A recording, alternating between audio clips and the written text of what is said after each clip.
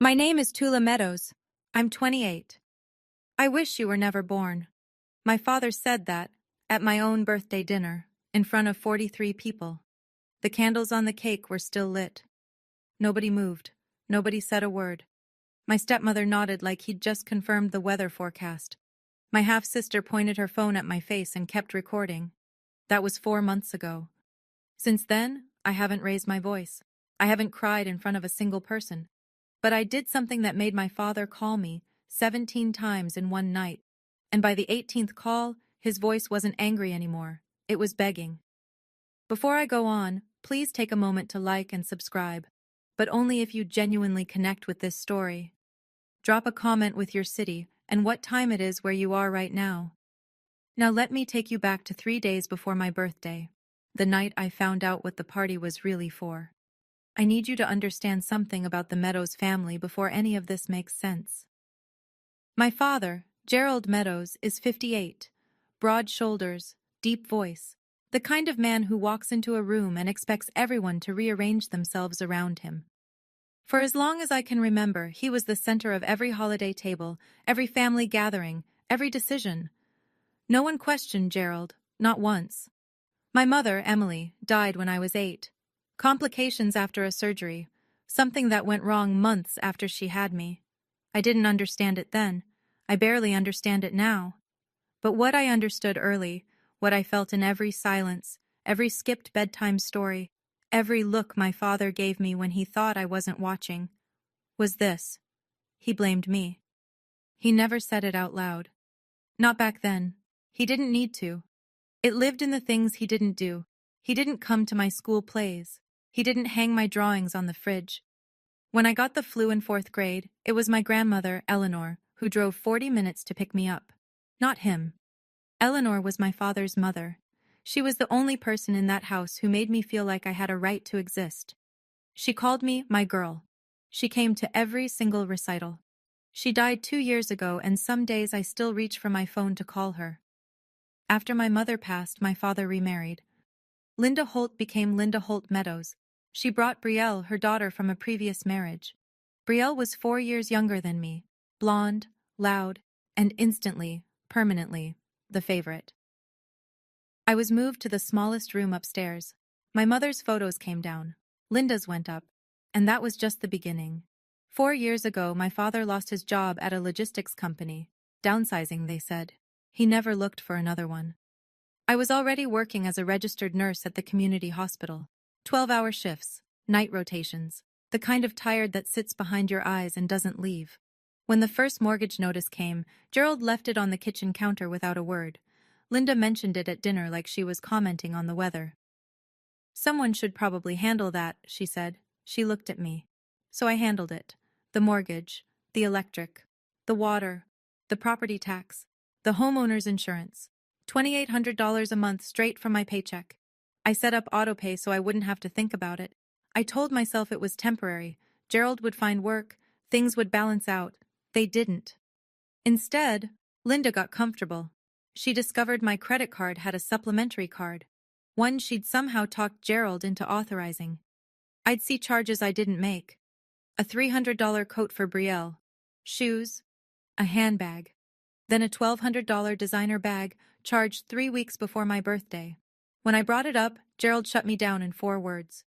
She's your sister, Tula. She wasn't, but I stopped correcting him years ago. What kept me quiet was a promise. Eleanor, in her last weeks, held my hand and said, "Keep this family together, my girl. They'll fall apart without you." I believed her. I thought if I just kept paying, kept showing up, kept being the responsible one, eventually they'd see me. Eventually my father would look at me and see something other than the daughter who cost him his wife. I was wrong. But that $1,200 bag? That was the first crack. 3 nights before my birthday, I came home from a double shift at 1 in the morning. The house was supposed to be dark. It wasn't. A light bled from under the kitchen door, and I could hear voices, low, deliberate, the kind people use when they don't want to be overheard. I stopped on the stairs, held my breath. Linda's voice came first, clear as glass. "We announce it at her birthday. 40 people. If she says no in front of everyone, she looks selfish. If she says yes, problem solved. My father's voice, slower. And if she makes a scene?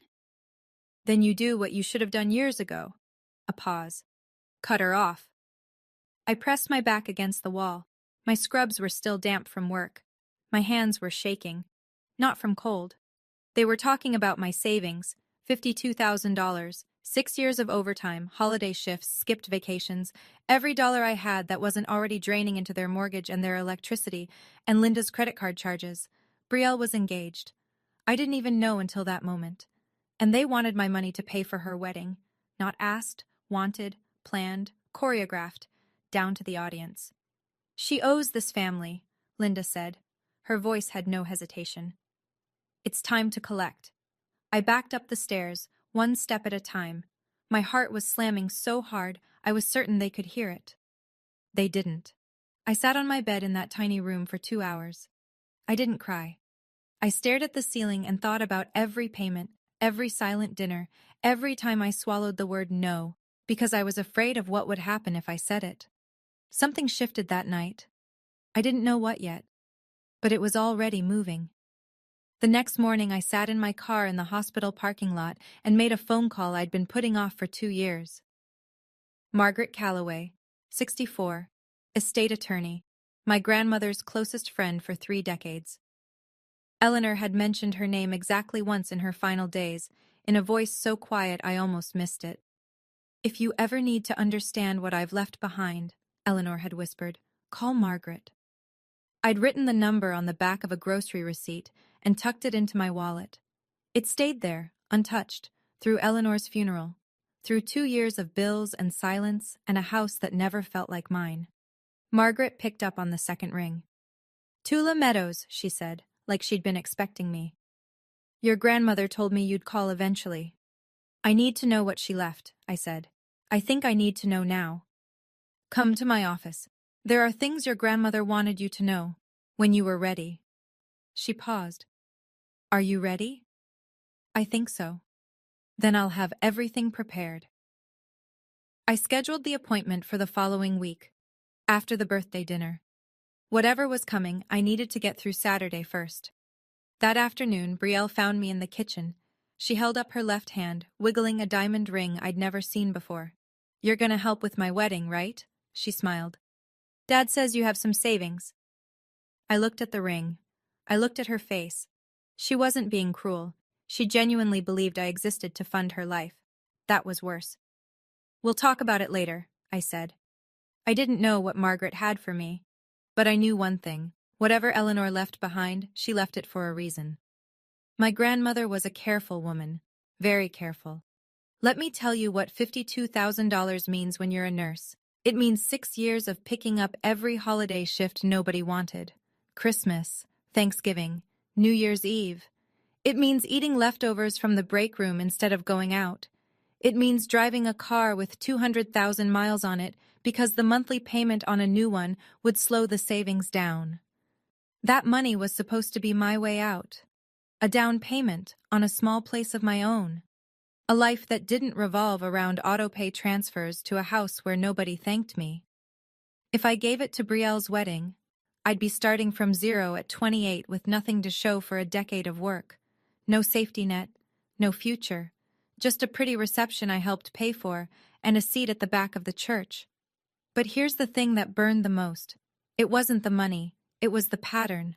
When I was 18, I applied for a nursing scholarship. Full tuition. I got accepted. The letter arrived in a white envelope addressed to me, and I never saw it. I found out 2 years later, by accident, when a former teacher mentioned it at a grocery store. Didn't you take that scholarship, Tula? You were the top candidate. I went home and searched, found the opened envelope in my father's desk drawer, shoved behind old tax forms. He'd read it. He never told me. When I confronted him, he didn't even flinch. You weren't ready, he said. You would have failed. I paid my own way through nursing school. Loans, night shifts at a diner, 3 years of sleeping 4 hours a night. Every time I built something, he found a way to take it. This time, I decided to stop handing him the hammer. In the Meadows family, Gerald was the oldest brother. That meant something. In our family, The oldest didn't just lead, he narrated. He decided who was generous and who was selfish, who was loyal and who was difficult. The rest followed because it was easier than fighting. My Uncle Roy was the only person who ever pushed back. He's Gerald's younger brother, a carpenter. Quiet guy, hands like sandpaper, the kind of man who says 10 words where other people say 100. 5 years ago, at Thanksgiving, Roy looked across the table and said, "Gerald, you're too hard on that girl." That was it. One sentence. Gerald didn't yell. He simply stopped inviting Roy to anything, stopped returning his calls. Within 6 months, Roy was erased from every family gathering like he'd never existed. That's what I was facing. Not just my father, the entire architecture of a family built around his version of events. 2 days before the party, Linda started making calls. I know because I heard her from the hallway, on speakerphone, cycling through aunts and cousins with the same rehearsed script. "Tula's been so difficult lately. She won't help with anything. Gerald gives, and she just takes." She called Aunt Patricia, Cousin Hannah, even my father's old college friend, planting seeds, framing the story before I ever got a chance to tell mine. Then my phone rang. It was Aunt Patricia. "Honey, what's going on? Your father says you've been giving them a hard time." I stood in my room, phone pressed to my ear, and realized the trial had already happened. The verdict was in, and I hadn't even been allowed to testify. I was walking into that birthday dinner already convicted. The only question was whether I'd accept the sentence. The night before my birthday, I stood in the bathroom and looked at myself in the mirror for a long time. Dark circles under my eyes from a 56-hour work week. Hair pulled back in a knot I hadn't bothered to fix. My scrubs still smelled like antiseptic. This is what a person looks like when they've been hollowed out slowly, I thought. Not by one event, by 1,000 small ones. 1,000 moments where someone said, "You're not enough," without ever using those words. Linda's voice carried through the wall. She was on the phone again. I could hear the tinny echo of speakerphone from the master bedroom. "She's always been jealous of Brielle. You know how it is. Some kids just don't have it in them to be grateful." I pressed my ear to the wall. I couldn't help it. "Gerald's given her everything," Linda continued. "A roof, food, stability, and she can't even do this one thing for her sister? Honestly, I don't know what Emily would think." Emily. My mother's name. In Linda's mouth, used as a weapon. My hands went flat against the wall. I closed my eyes. For a second, just 1 second, I wanted to open that door and scream. Scream until the neighbors heard. Scream until someone in this house finally understood what it felt like to be me. But I didn't. Because screaming was what they expected. Screaming was what Linda had prepped 43 people to witness. The dramatic, ungrateful stepdaughter, making a scene. I stepped back from the wall, sat on the edge of my bed, and I thought about something Eleanor used to say. "Quiet strength, my girl. Let them shout. You just keep standing." So that's what I did. I picked out a dress for my birthday, and I stood. Saturday evening. Rossini's, a mid-range Italian restaurant on the east side with exposed brick walls and warm pendant lighting. Gerald had booked the private dining room. 43 people. I walked in wearing the only nice dress I owned, navy blue, modest. I'd curled my hair, put on lipstick. For the first time in months, I wanted to feel like someone worth celebrating. The room buzzed with conversation. White tablecloths, candles in glass holders. A banner stretched across the back wall. "Happy birthday, Tula." Someone had ordered a cake. Chocolate, my favorite. For a moment, I let myself believe it was real. Then I noticed the seating. The main table, the one directly under the banner, had 5 chairs, Gerald at the head, Linda to his right, Brielle next to Linda, Derek Collins, Brielle's fiancé, beside her, and one empty seat for Gerald's college friend. My name was on a place card at a smaller table, near the kitchen door, at my own birthday dinner. I picked up the card and sat down without a word. People greeted me as they passed, quick hugs. "Happy birthday, sweetheart." But the conversations always drifted. "Brielle, show me that ring. When's the wedding?" "Linda, you must be thrilled." I watched from my table, sipping water, smiling when someone glanced my way. Then Gerald stood. He tapped his glass with a butter knife. The room quieted. He picked up the small wireless microphone the restaurant had provided. He looked out at 43 faces. He smiled. "Tonight is special," he began. "Not just because of Tula's birthday," my chest tightened, "but because we have a very exciting announcement." He turned toward Brielle. His whole face lit up. And I understood right then that this party had never been for me. "Our beautiful Brielle," Gerald said into the microphone, "is engaged." The room erupted. Applause, squeals, chairs scraped back as people stood to hug Brielle. She rose from the main table, hand extended, diamond catching the pendant light like a tiny spotlight built just for her. For the next 10 minutes, my birthday evaporated. Aunt Patricia clasped Brielle's hand and examined the ring. Cousin Hannah took a photo for Instagram. Gerald's college friend clapped Derek on the back. Linda stood behind Brielle, one hand on her daughter's shoulder, beaming like she'd just won something. No one looked at me. I sat at my table by the kitchen door. The cake with my name on it sat untouched at the end of the buffet. The candles hadn't been lit. Derek caught my eye once. He was standing slightly apart from the circle around Brielle, his jaw tight. He gave me a look I couldn't quite read, not pity exactly, something closer to recognition. Like he saw what was happening, but didn't know what to do about it. Then the room settled. People returned to their seats. Gerald stayed standing, microphone still in hand. "Now," he said. His voice shifted, warmer, practiced. He turned toward me. "Tula, honey, come here for a second." 43 people looked at me. I stood, walked to the main table. My heels clicked against the tile floor.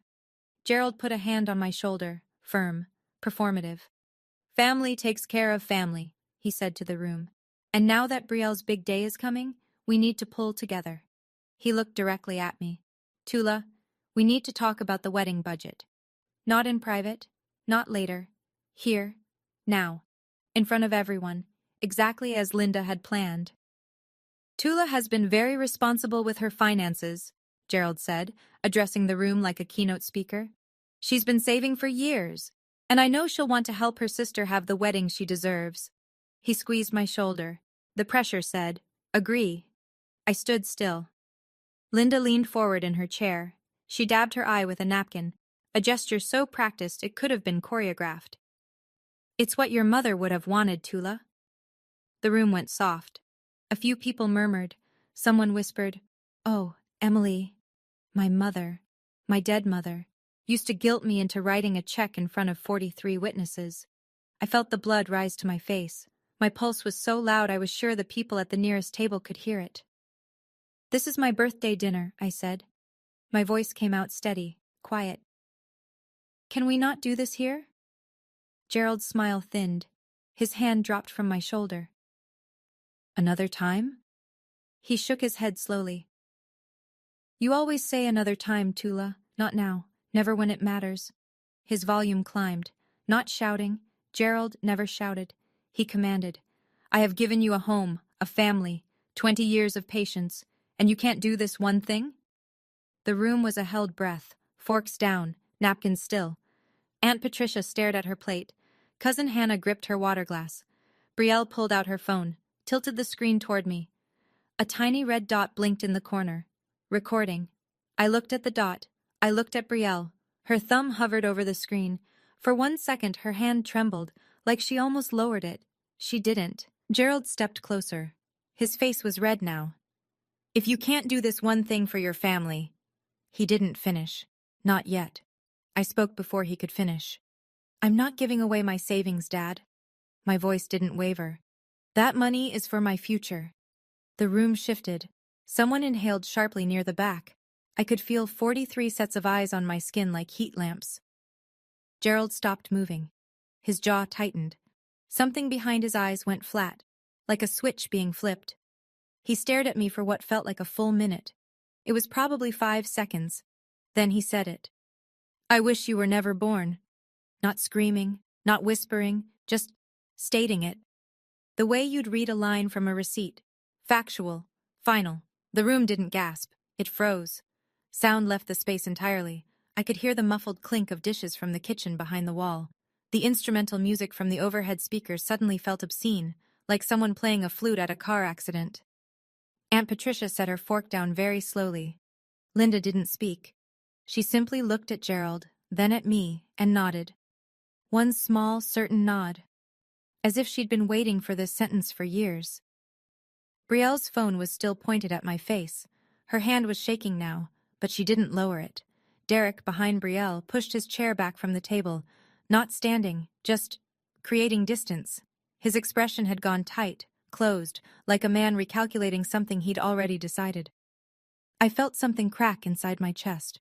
Not break, crack, like ice on a pond in early spring, quiet, deep, the kind of fracture you can't see from the surface. I looked at my father. I looked at the room full of people who heard those words and chose silence. And I made a decision. I didn't cry. I picked up my napkin from the table, folded it once, twice, set it down neatly beside my untouched water glass. I looked around the room one more time. 43 people. Some stared at their plates. Some looked at Gerald. A few looked at me. With what? Pity? Shock? I couldn't tell anymore. It didn't matter. Nobody spoke. I turned to the room and said the only thing I had left. Thank you all for coming to my birthday.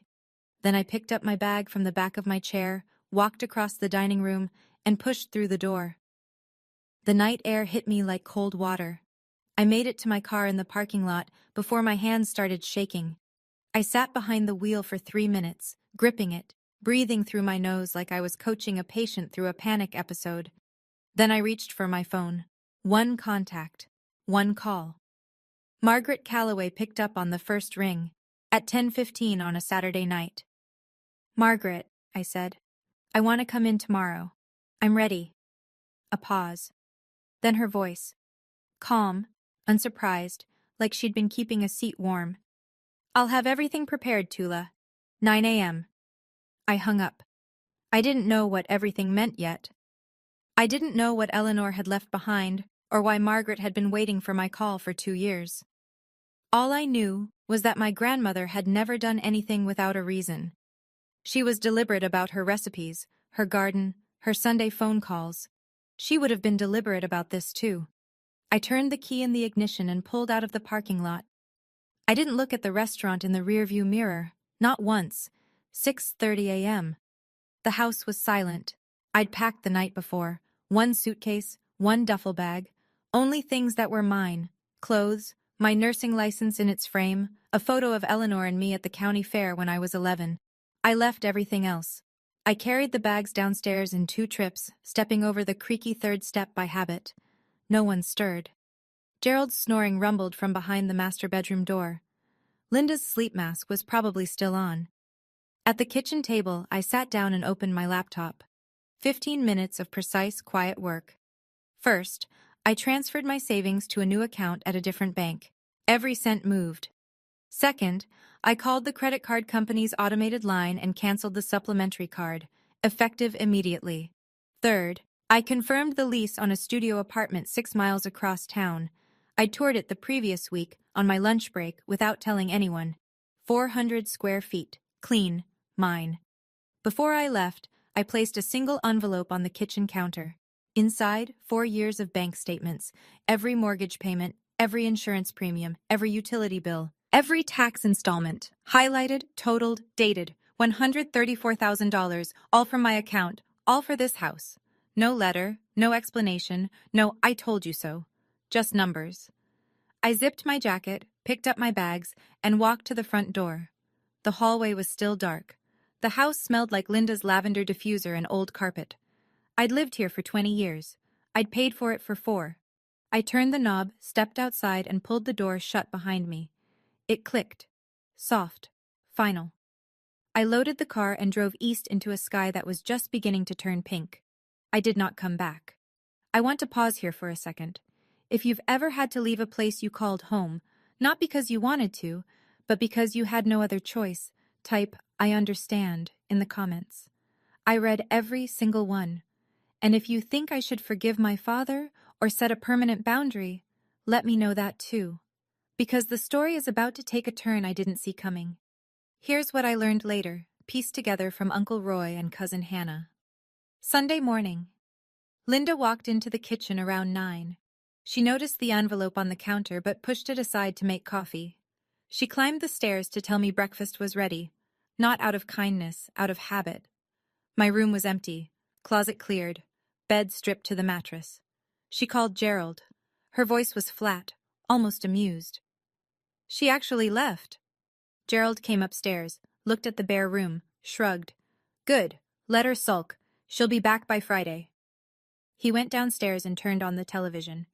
Brielle woke up next. She reached for her phone and opened the banking app. The supplementary credit card was declined, frozen, canceled. She called me. Voicemail, called again. Voicemail. She walked into the living room, phone in hand.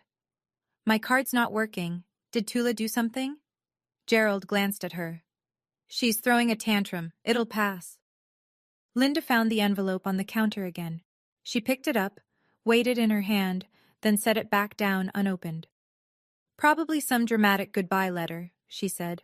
I'm not giving her the satisfaction. By Monday afternoon, Gerald had called me 4 times, each time voicemail. He left one message. Tula, this is childish. Call me back. By Wednesday, silence from my end. Not a single text, email, or returned call. Gerald told Aunt Patricia I was going through a phase. He told his college friend I was being emotional about the birthday thing. He told Roy, actually, he didn't tell Roy anything. They still weren't speaking, and the envelope sat on the kitchen counter untouched. A time bomb no one bothered to open. Day 5. The electric company sent an automated notice, past due. Gerald called their customer service line, gave his name, asked for the account details. I'm sorry, sir. The account is registered to Atula Meadows. He blinked. That's my daughter. I live at this address. We can only discuss account details with the registered holder. He hung up, stared at the phone. Day 7. A letter from the bank. Not a bill, a formal notice. Mortgage payment overdue. He tore open the envelope standing at the mailbox. The name on the mortgage, Tula E. Meadows. Gerald read it twice. Then he carried it inside and dropped it on the kitchen table in front of Linda. What the hell is this? Linda picked it up. Her eyes scanned the page. Her mouth opened, closed. That's impossible. This is our house. That's what I said. Gerald went to the filing cabinet in the hallway closet, the one he hadn't opened in years. He pulled folders, tax returns, old pay stubs, insurance papers. He searched for a deed, a title, anything with his name on it. Nothing. Not a single document tied him to the house. Then Linda remembered the envelope. She walked back to the kitchen counter. The white envelope was still there, now with a coffee ring on one corner. She tore it open. Pages. Dozens of pages. Bank statements going back 4 years. Each one highlighted. Each one showing auto-pay withdrawals from Tula's checking account. Mortgage, electric, water, insurance, tax. Total $134,000. Linda sat down. She didn't speak for a long time. Gerald stood behind her, reading over her shoulder. His face had gone gray. But they still didn't know the worst part. The house wasn't just in my name because of payments. It had never been in Gerald's name, not once. Gerald did what Gerald always did when he lost control. He picked up the phone and started narrating. Within 24 hours, half the family had heard his version. Tula walked out. Tula canceled the credit card. Tula stopped paying bills. She's punishing us because she didn't get enough attention at her birthday.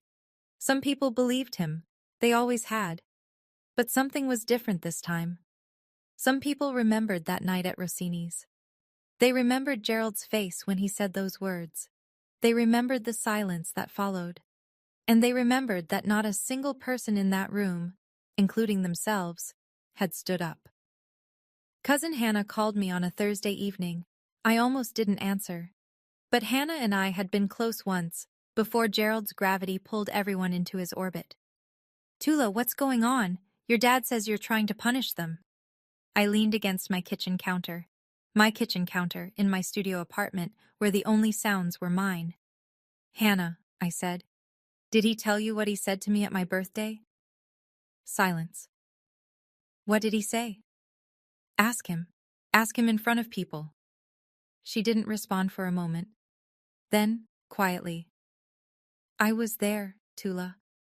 I heard it. I didn't know what to do. I know, I said. Nobody did. Meanwhile, Gerald made one more call. He drove to Uncle Roy's house, the brother he hadn't spoken to in 2 years, and knocked on the door. Roy opened it, looked at Gerald for a long time. I need your help, Gerald said.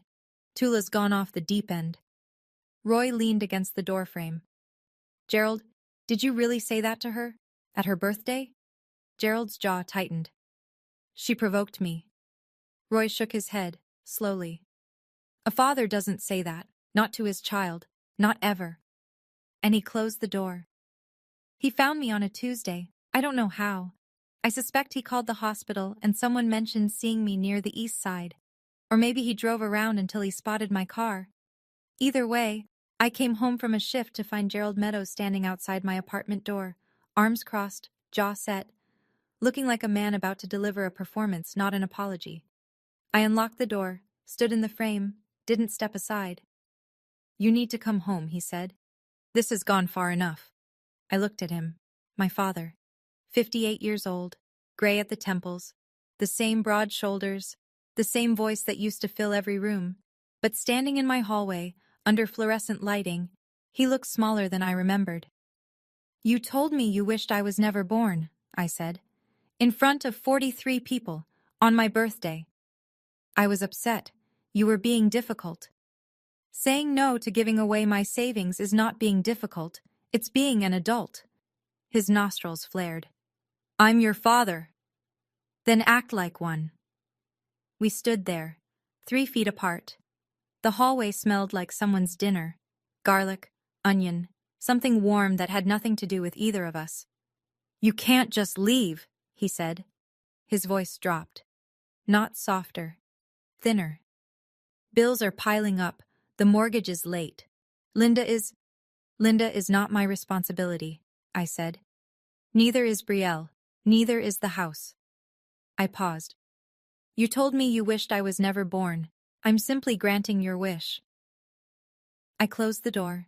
Gently. No slam. No dramatic exit. Just a soft click and the sound of his breathing on the other side. He stood there for a while. I know because I watched the shadow of his shoes under the door. Then he left. But he didn't know what was coming next. 2 weeks after I left, Gerald called a family meeting. He chose the community center attached to our church, a beige room with folding chairs, buzzing overhead lights, and a coffee urn that was always either empty or burned. About 30 people came, aunts, uncles, cousins. Some I hadn't seen since Eleanor's funeral. Gerald stood at the front like he was conducting a town hall. Linda sat in the first row, tissue in hand. Brielle sat beside her, arms folded, phone face down on her lap for once. I asked everyone here, Gerald began, because we have a family situation that needs to be addressed. He launched into his version. Tula abandoned the family. Tula canceled the credit card.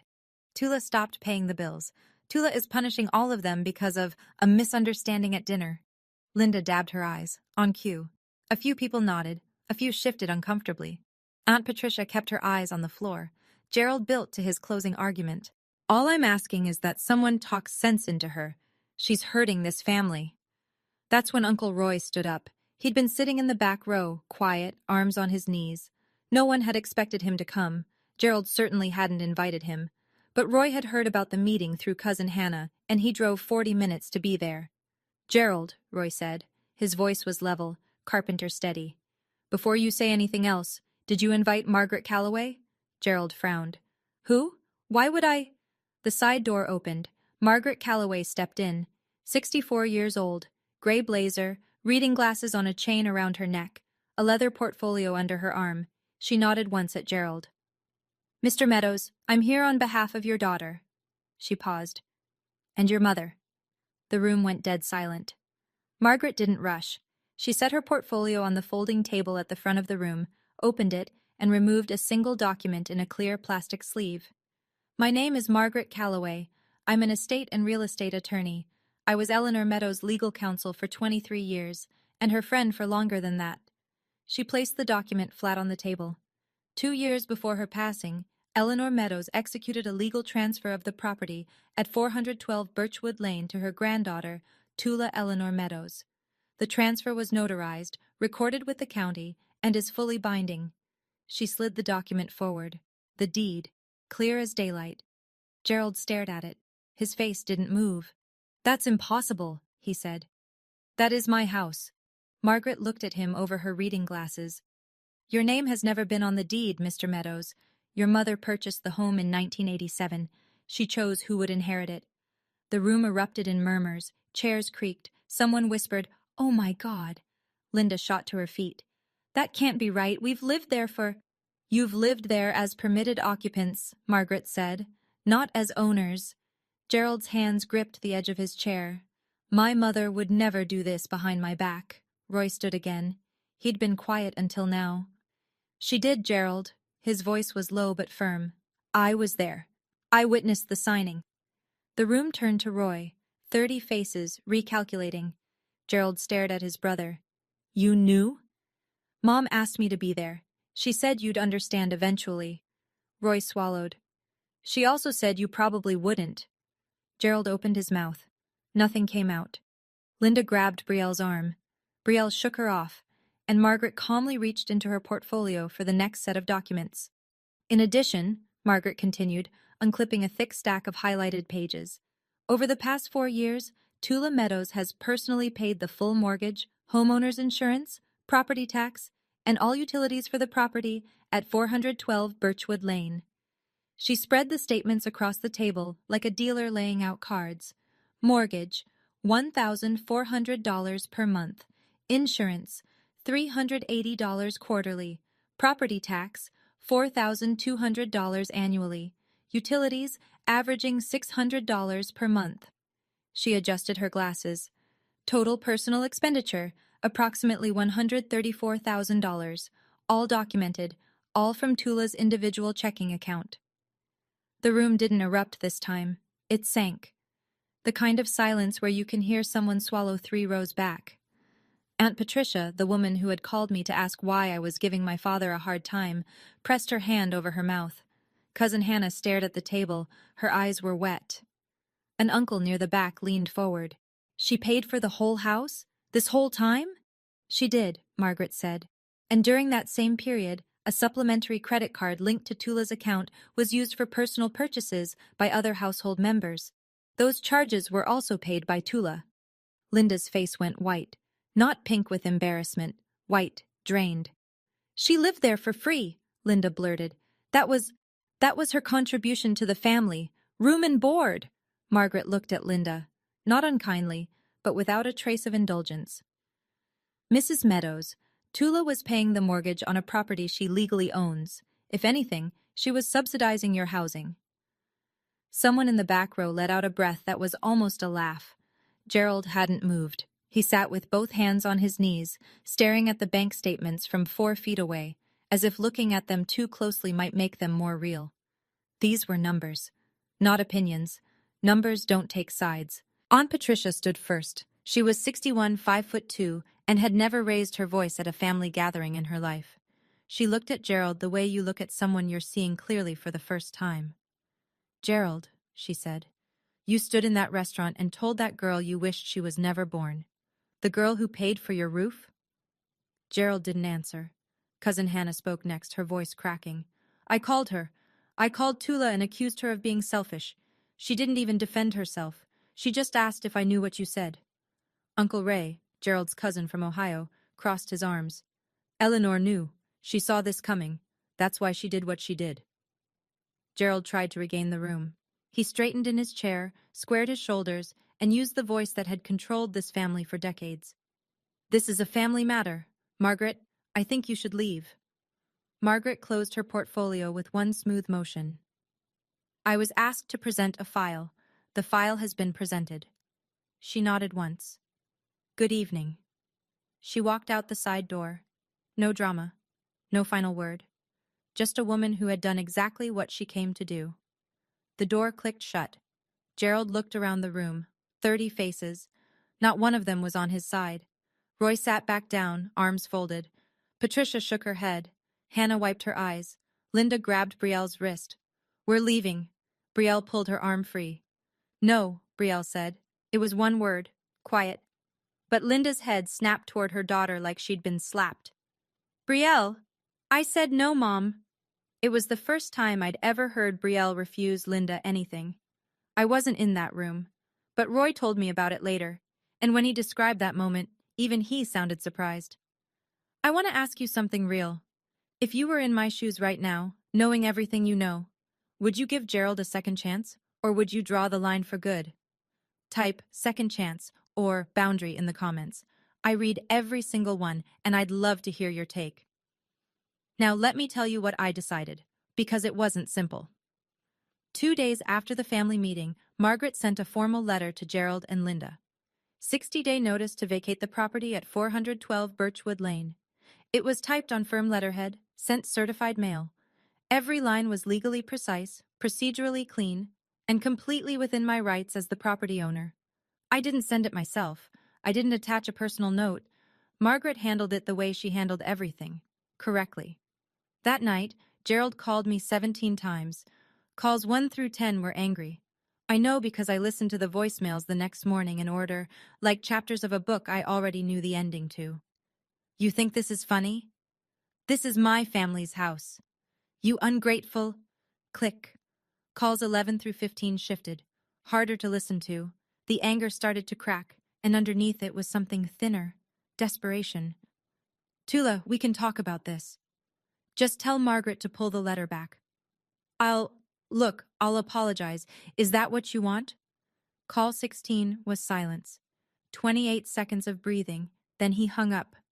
Call 17. The last one. Gerald's voice stripped of everything. No authority, no performance. Tula, please.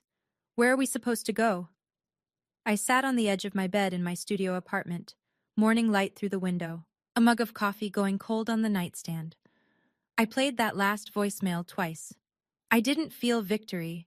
I didn't feel satisfaction or vindication or any of the things people think you're supposed to feel when the person who hurt you finally breaks. I felt something quieter, like setting down a bag I'd been carrying for 20 years and realizing how badly my shoulders ached. I saved the voicemail, closed my phone, and went to work. I had a 12-hour shift. Patients needed me. That hadn't changed.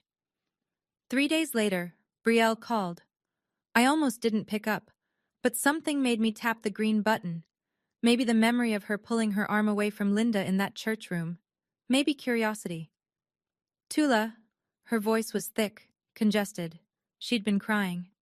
Please, can we just talk? I'm listening. If we lose the house, my wedding, everything, it's all falling apart. Can you tell Margaret to stop? I leaned against my kitchen counter. Outside, a neighbor's kid was riding a bicycle in circles. The normalcy of it felt surreal. Brielle, did you watch the video you recorded that night? Silence. What video? At the restaurant. You pointed your phone at me while Dad said those words. You didn't put it down. You didn't say, Dad, stop. You just recorded. More silence. Longer this time. I didn't mean... I know, I said. That's exactly the problem. You never mean anything. Things just happen around you and you let them. I could hear her breathing, ragged, uneven.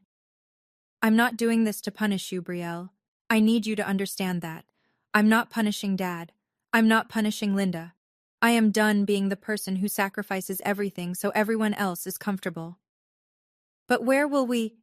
That's not my question to answer anymore. A long pause. I could hear Linda's voice in the background, muffled, urgent, coaching Brielle on what to say next. I have to go, I said. Tula, wait. Brielle, I wish you well. I really do. But this conversation is over. I hung up.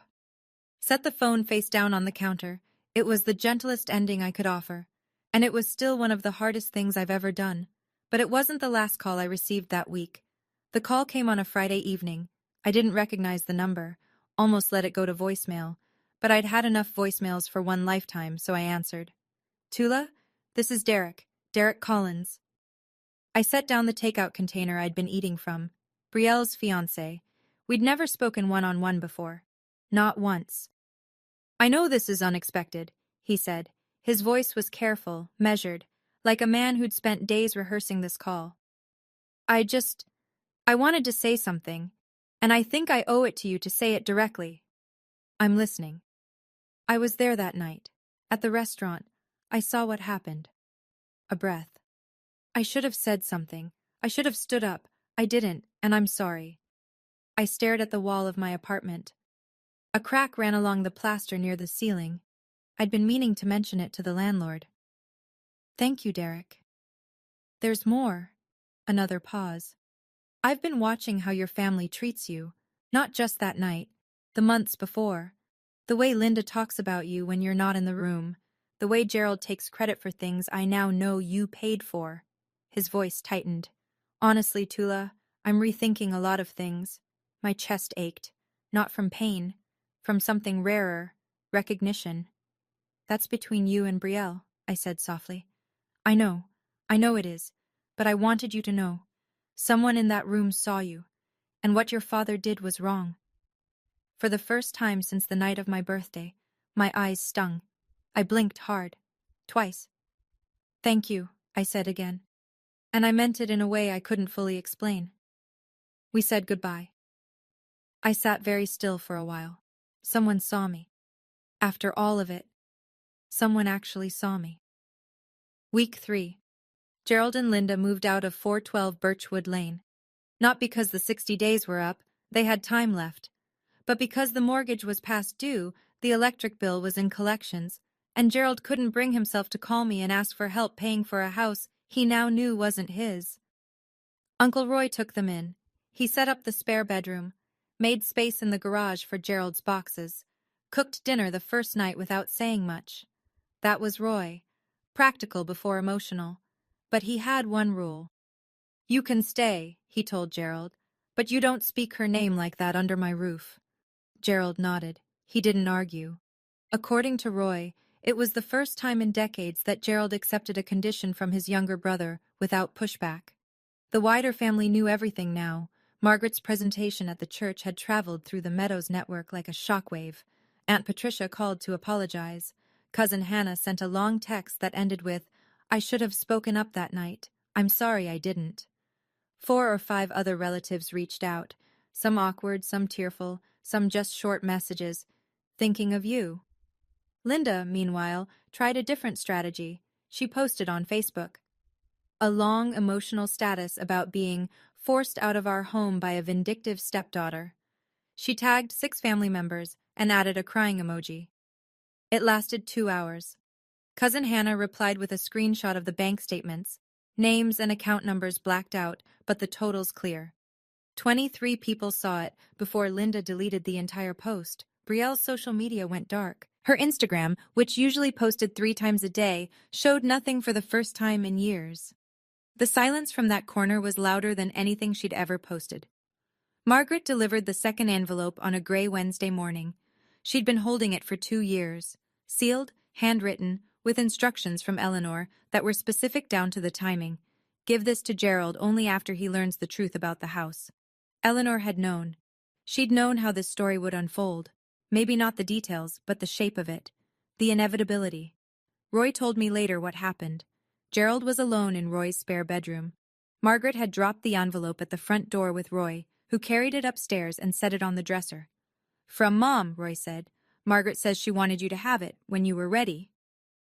Gerald stared at the envelope for an hour before he opened it. The letter was 2 pages. Eleanor's handwriting. Neat, slanted slightly to the right, the way she wrote recipe cards and birthday notes. I never read the full thing. Gerald never showed it to anyone.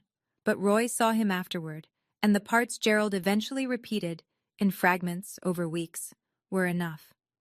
Eleanor wrote that she loved her son. She also wrote that she'd watched him punish a child for a grief that was never that child's fault. You blame her for Emily's death, she wrote. But Emily died loving both of you. Don't punish the living for the grief of losing. She explained why she gave the house to me. Not as punishment, as protection. Tula is the only one in this house who knows how to love without keeping score. She's also the only one who would never ask for what she deserves, so I'm making sure she has it whether she asks or not. Gerald sat in that room for a very long time. When he came downstairs, his eyes were red. He didn't say a word. He called me 2 weeks later. I almost didn't answer. I'd gotten used to silence by then. The good kind. The kind that belongs to you because no one is filling it with demands. But I picked up. I don't entirely know why. Maybe because it was the first time he'd called just once, at a normal hour, without following up 17 more times. Tula. Dad. A long pause. I could hear Roy's house in the background. A clock ticking. Something humming. A refrigerator, maybe. I read Mom's letter, he said. I waited. I don't... He stopped. Started over. His voice was rough, unsteady, like he was speaking a language he hadn't used in years. I don't know how to fix this. I pressed the phone against my ear, closed my eyes. I'm not asking you to fix it, Dad. I'm asking you to stop breaking it. He didn't respond right away. When he spoke again, it was barely above a whisper. Can I see you? Not yet. When? I don't know. Maybe someday. But only if things are actually different, not performed. Different. Silence. Then, okay. No fight, no lecture, no, after everything I've done for you. Just, okay. We stayed on the line for another 10 seconds without speaking. Then I said goodbye, and I hung up. I stood by the window in my apartment. The sun was setting behind the buildings across the street, turning everything gold and long-shadowed. I wasn't forgiving him. I want to be clear about that. Forgiveness isn't a phone call. It's not a single moment. It's a process that requires evidence, not just words.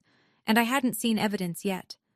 But I'd heard something in his voice I'd never heard before.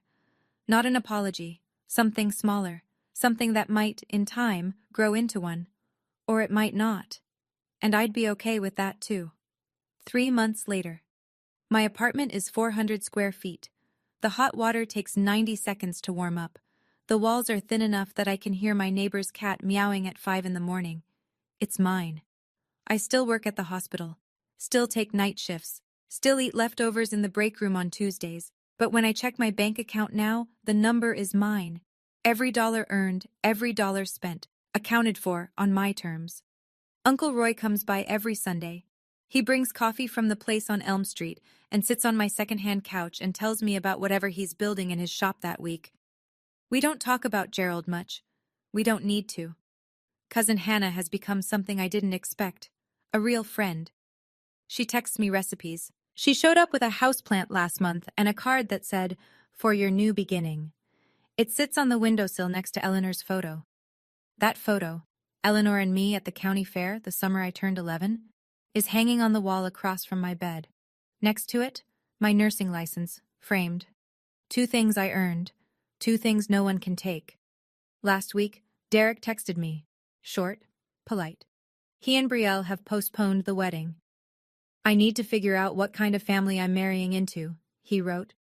I didn't reply. That's not my story to write. Brielle hasn't called. I don't know what she's feeling. I hope, somewhere under the silence, she's asking questions she never thought to ask before. But that's her work, not mine. And Gerald? He sent a Christmas card. No apology inside, no letter. Just my name on the front, written in his handwriting. Tula. That's all. Just my name. Like he was practicing saying it without flinching. I'm not telling you this story so you'll feel sorry for me. I'm telling you because maybe you're sitting somewhere right now, in a house you pay for but don't feel welcome in, next to people who take everything you give and call it not enough. Staring at a phone full of messages from someone who hurt you and wants you to pretend it didn't happen. I've been there. I know what that silence sounds like from the inside. Leaving wasn't revenge. I know some people will call it that. They'll say I was cold. They'll say I should have tried harder, talked it out, given another chance, another year, another $100,000 of patience. But leaving was the first time I chose myself. And I don't think that's cold. I think it's the warmest thing I've ever done. You don't need someone's permission to protect your own life. You don't need the person who hurt you to agree that it was wrong before you're allowed to walk away. You don't need to scream or argue or build a case. Sometimes you just fold the napkin, stand up, and go. My grandmother taught me that, not in words, in in the way she lived. She loved fiercely and she planned carefully, and when she saw something wrong, she didn't make a speech. She made a move, quiet strength. If this story touched something in you, I want you to know you're not alone. And you don't have to stay in a room where no one sees you just because it's the only room you've ever known. There are doors, and they're yours to open. Leaving wasn't revenge. Leaving was the first time I chose myself. And I'd make the same choice again. Every single time. If you stayed until the very end, thank you, sincerely. Now I want to know, do you think Gerald has really changed? Or is it just temporary regret? Type changed or temporary in the comments. I read every single one and I'll heart the ones that make me think. And if you want more stories like this one, check the description. There's another one waiting for you. I'll see you there.